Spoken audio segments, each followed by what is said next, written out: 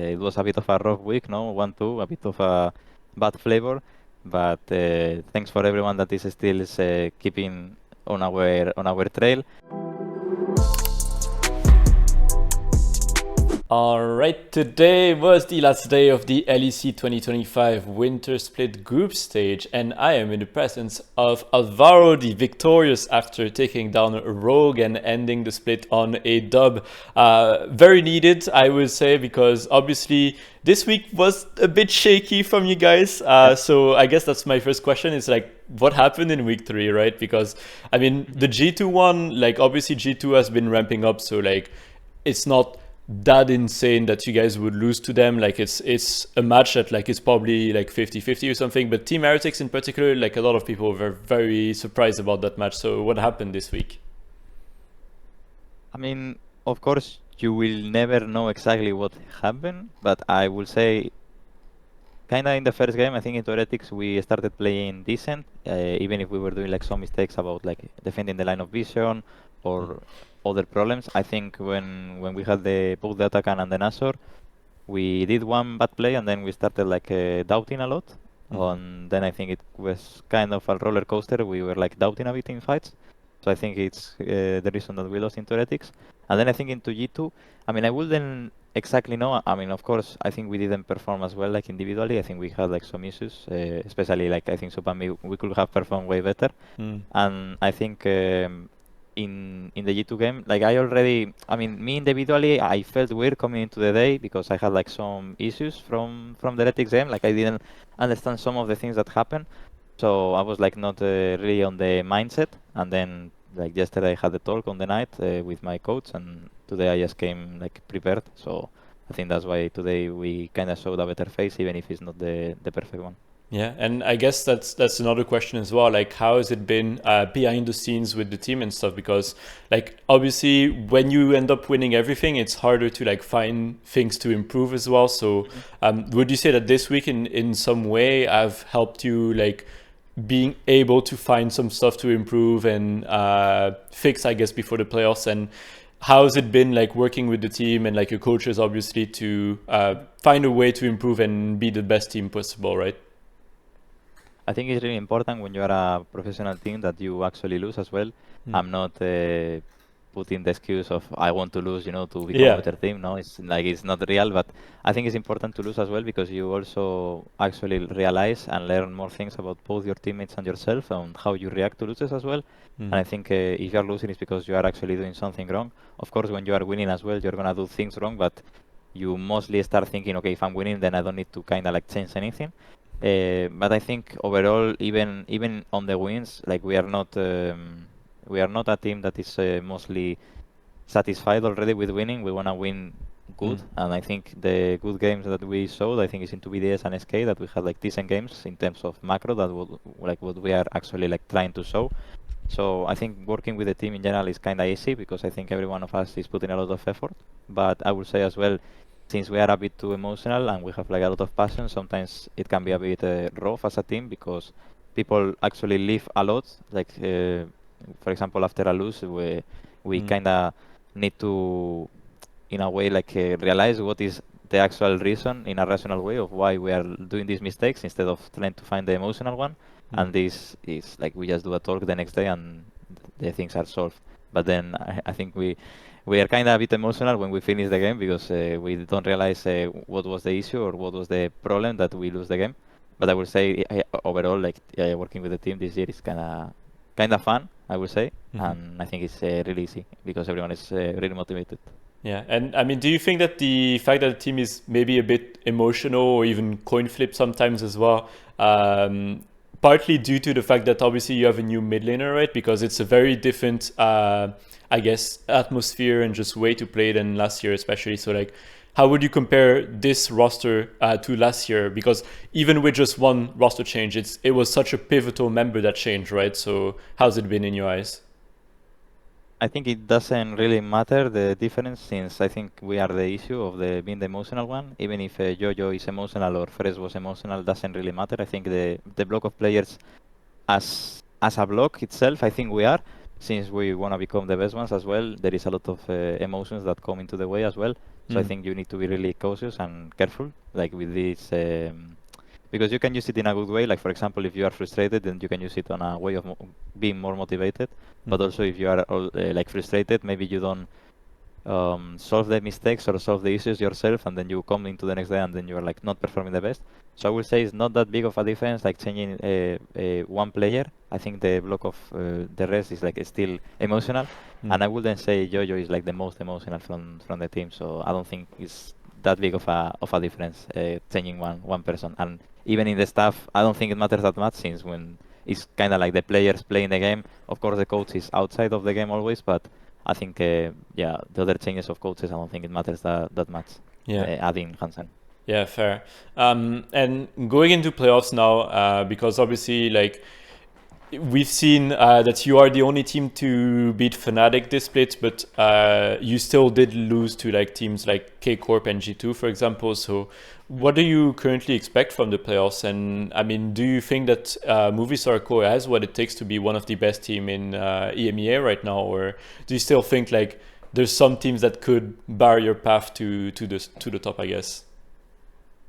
I mean, I think there is a strong opponents. Of course, I'm always gonna say that I'm gonna be like as a team and individually the best, because it's the objective that I have. And I think this year, for example, is truly not something that you can believe. Like I think it's something that you can actually realize, and it's something that is really like true.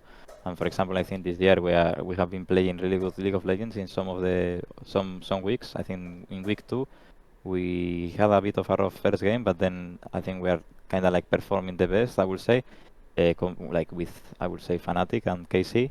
Then I think G2 started playing a bit worse, but then now they are playing better. Anyways, I don't think they are playing as good as last year, so I don't think they are as strong as they were before. And I think overall it's gonna be still like good playoffs, because I think the teams on the top, they are strong contenders, but I would say we are still on top of them. Yeah, I think we are. I think it's how we say it. Like for example, we always say it. I don't think we are playing into them. I think we are playing into ourselves. I think we are our worst enemy, and if we are just able to beat ourselves, then we can beat anyone. Yeah, and even if it sounds a bit cocky. Yeah, no, I mean, it's fair for sure. But also something I would like to ask you is, obviously, like last year, there was always this narrative of, well, Mad Lions KOI, no matter how they do, it's a very young lineup. They have this excuse of being rookies in any case, and like the plan was just to improve as much as possible and take as much as possible from year one in the LEC. But now that it's year 2 as well, and we are going deeper into the Melzet long-term plan, right? What do you think is the minimum goal for this squad this year, especially with the roster change that you made? Would you say that, for example, like not going to Worlds would be a failure, or even not winning a split would be a failure for you guys? I think it depends a lot, because there is always objectives as individual and as a team. To be honest, I didn't really like think about this specific topic, because, for example, let's say I'm gonna put the example. It's probably not gonna happen this year, but let's say that I become the best support in the world, but we are not able to qualify into international, or we only qualify to one international. I'm not gonna be happy, you know. I don't think it's gonna be enough. So what I really want from this year is I want to become the best version of myself. That is something that I can actually, in a way, like manage, or like it's something that depends on me. And this is what I want individually. I want to become the best support possible in terms of vision, being the one that is like really decisive and making the game be differential. Like I want to be the player that can make the most difference from the LEC. I mean, from my role as well.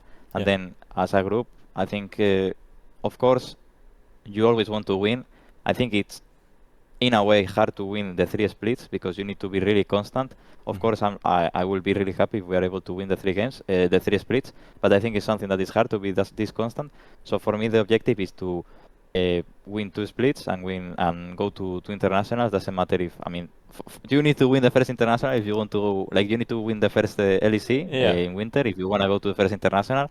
I really want to actually like travel to Korea, to China, and to Canada, because I have never gone outside of Europe. So I mean, right now it's just I want to finish this split first, so we can go to Korea, practice a bit, and even if it's a really short time, I think it will be really good for us, and we will improve a lot as well.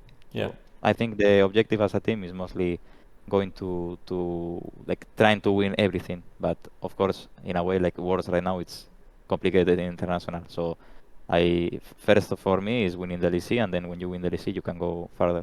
Yeah, and a lot of people have been talking a lot about Fnatic. A lot of people have been talking a lot about KC, even G2, and it feels like some people are sleeping on Movistar KOI a bit in a way. And I've seen so many people like talk about like Upset, Calist joining the league and stuff. But like, what do you think is the level of the Super Alvaro bot lane right now in the LEC? Because a lot of people seem to be forgetting about you almost. And I mean, today obviously was a very good performance. So where do you think you guys rank in the league right now? I mean, of course, I'm not gonna be like a bad person or anything, but I think they always tend to, let's say, relax on the Spanish players. I mean, lately there is a bit of this drama that there is like not that many posts or anything, but I don't really mind about it.